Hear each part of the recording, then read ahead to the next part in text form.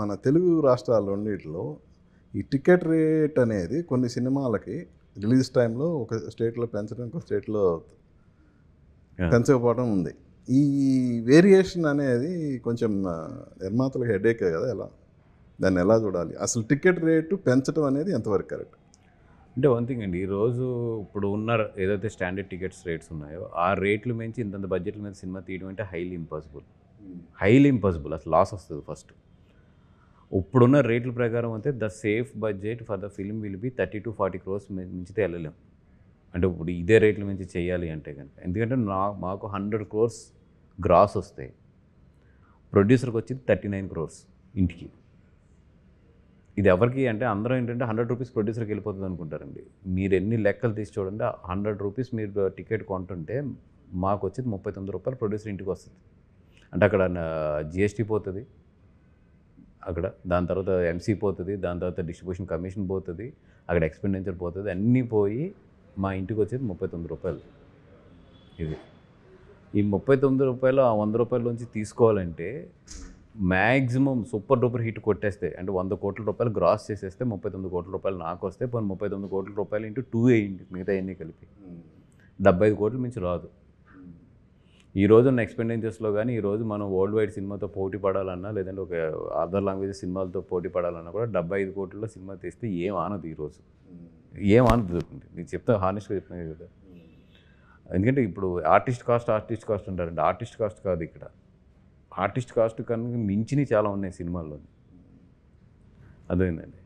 కానీ ఈ budget control అనేది ఎందుకు ప్రొడ్యూసర్ చేతులు దాటి వెళ్తుంది? అది లేదండి. ఈరోజు సార్ ఇదివరకు అంటే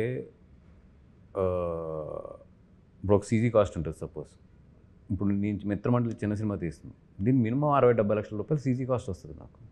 ఏది ఏమీ లేదు దీంట్లో సీజీ అనేది. అట్లాగేంటంటే ఈరోజు టెక్నికల్ కాస్ట్ చాలా పెరిగిపోయిందండి. ఇప్పుడు ఒక ఎక్విప్మెంట్ కాస్ట్ కానీ, ఇప్పుడు నిజంగా ఇప్పుడు వేజెస్ కాస్ట్ ఇవన్నీ మాకు కలిస్తే 20%, 25%లో ఉంటాయి. కానీ మీరు ఇలా అంటున్నారు, మలయాళం సినిమాలు చూసుకుంటే అతి తక్కువ ఖర్చులో సినిమాలు తీసి వాళ్ళు అద్భుతమైన ప్రాఫిట్స్ చూస్తున్నారు. వాటిని మనం ఓటీటీలో ఎగబడి చూస్తున్నాం కదా. అది ఎందుకు? అంటే మన సబ్జెక్ట్ సెలక్షనే లోపమంటారా? ఇలా సబ్జెక్ట్ కదండి. ఇప్పుడు మీరు బెస్ట్ ఎగ్జాంపుల్ ఈ మధ్యలో లిటిల్ హార్ట్స్, అది 2.5 crores తీసారు వాళ్ళు. 2.5 crores అనౌన్స్ కూడా చేశారు, 2.5 crores తీసామని చెప్పి. అది it did very fantastic. But ప్రతి సినిమా అలాగే ఉంటుంది అనుకుంటే తప్పది. ఇప్పుడు మలయాళంలో కూడా చూస్తే, మలయాళంలో కూడా 5 కోట్ల రూపాయల సినిమాలు వస్తుంది, ఆలో 70 కోట్లు పెట్టి తీస్తున్న సినిమాలు ఉన్నాయి. ఇప్పుడు అలాగని అన్ని 5 కోట్లు పెట్టి తీయాలంటే కుదరదు. అది అన్నీ తీయాలంటే వాళ్ళు 70 కోట్లు పెట్టి తీసినా కూడా వాళ్ళు బ్రేక్ ఈవెన్కి దగ్గర ఉంటున్నారు. కానీ మన దగ్గరకు వస్తే 100 కోట్లు అవుతున్నాయి. ఎందుకు? అది స్టార్స్ రెమ్యునరేషన్స్ కావచ్చు, ఏదైనా కావచ్చు. అంటే మన ఇప్పుడు మలయాళం సినిమా కూడా ఇప్పుడు చూస్తే దే ఆర్ ఆల్సో రేజింగ్. అంటే వాళ్ళు కూడా బడ్జెట్స్ పెరుగుతున్నాయండి వాళ్ళు కూడా, ఎందుకంటే క్వాలిటీకి వెళ్తున్నారు వాళ్ళు కూడా. అంటే ఇక్కడ రెండు ఉంటాయండి, ఒకటి వచ్చి కంటెంట్ సినిమా, ఒకటి వచ్చి విజువల్ సినిమా. ఇప్పుడు మోర్ ఏంటంటే విజువల్ సినిమా అయింది. ఇప్పుడు కంటెంట్ సినిమా చెప్తున్నారు. కంటెంట్ సినిమా ఇప్పుడు మీకు లిటిల్ హార్ట్స్ తీసుకుంటే బెస్ట్ ఎగ్జాంపుల్, ఎందుకంటే రీసెంట్గా ఉన్నారు కాబట్టి. మనకి ఎంత చేసిందంటే నియర్లీ 40-45 crores ఎంతో మనకి ఇక్కడ చేసింది, థియేటర్స్ గ్రాస్ చేసింది. ఓటీటీలో వేస్తే 24 hours $100 million కన్జ్యూమ్ అయింది. మీకు అర్థమైందండి. అంటే ఎంతమంది సినిమా గోయర్స్ ఆగిపోయారు. నాకు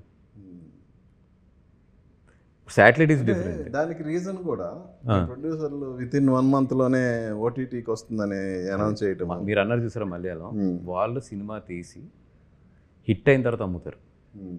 అందుకని వాళ్ళకి ఈరోజు సినిమా బాగుందన్నా కూడా 100 crores వెళ్ళిపోతుంది. సినిమా బాగుందంటే చాలు. ఇప్పుడు లిటిల్ హార్ట్స్ లాంటి సినిమా మలయాళంలో ప్రేమలు లాగా 200. మన ప్రొడ్యూసర్స్ ఓటీటీ డబ్తో సినిమా తీస్తున్నారంటారా? అంతే. ఓటీటీని ఫస్ట్ సేఫ్ చేసుకుని సినిమాలు తీసుకోవడం వల్ల అది 28 daysలో ఇవ్వాల్సి వస్తుంది. మనం ఆ 28 daysలో ఏంటంటే ఇవ్వాల్సి వస్తుంది వల్ల 28 daysలో వస్తుంది కదండి, ఆడియన్స్ థియేటర్కి రావట్లేదు.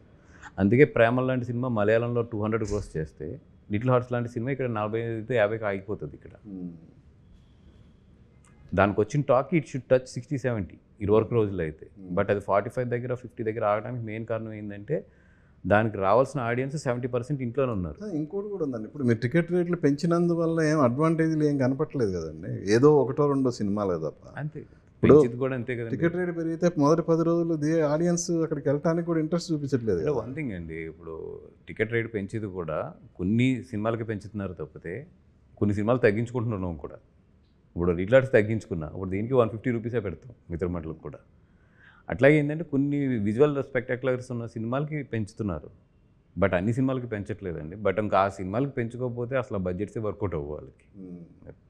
అంటే హిట్ అయిన రోజున దాని బెనిఫిట్ కనబడుతుంది, ఫ్లాప్ అయిన రోజున తగ్గించాలి, ఎందుకంటే ప్రోడక్ట్ బాగాలేదు కాబట్టి we have to come back. Hit అయిన రోజున అయితే మాత్రం దాని అడ్వాంటేజ్ ఉంటుంది.